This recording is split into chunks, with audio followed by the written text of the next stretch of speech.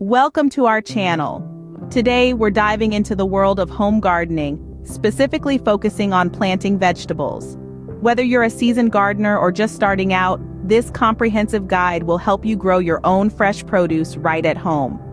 The first step in planting vegetables at home is planning your garden. Consider factors like sunlight, space, and soil quality. Make a list of the vegetables you want to grow and map out where each plant will go in your garden. Next, it's time to prepare the soil. Loosen the soil using a shovel or garden fork and amend it with compost or organic matter to provide essential nutrients for your plants. Now comes the fun part, planting your vegetables. Follow the instructions on the seed packets for proper planting depth and spacing. For seedlings, gently remove them from their containers and transplant them into the soil. Water your garden regularly, especially during dry spells, and mulch around your plants to retain moisture.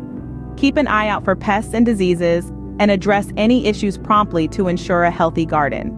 Finally, the moment you've been waiting for, harvesting your homegrown vegetables. Harvest your vegetables when they're ripe for the best flavor and quality. Thank you for joining us on this journey of planting vegetables at home.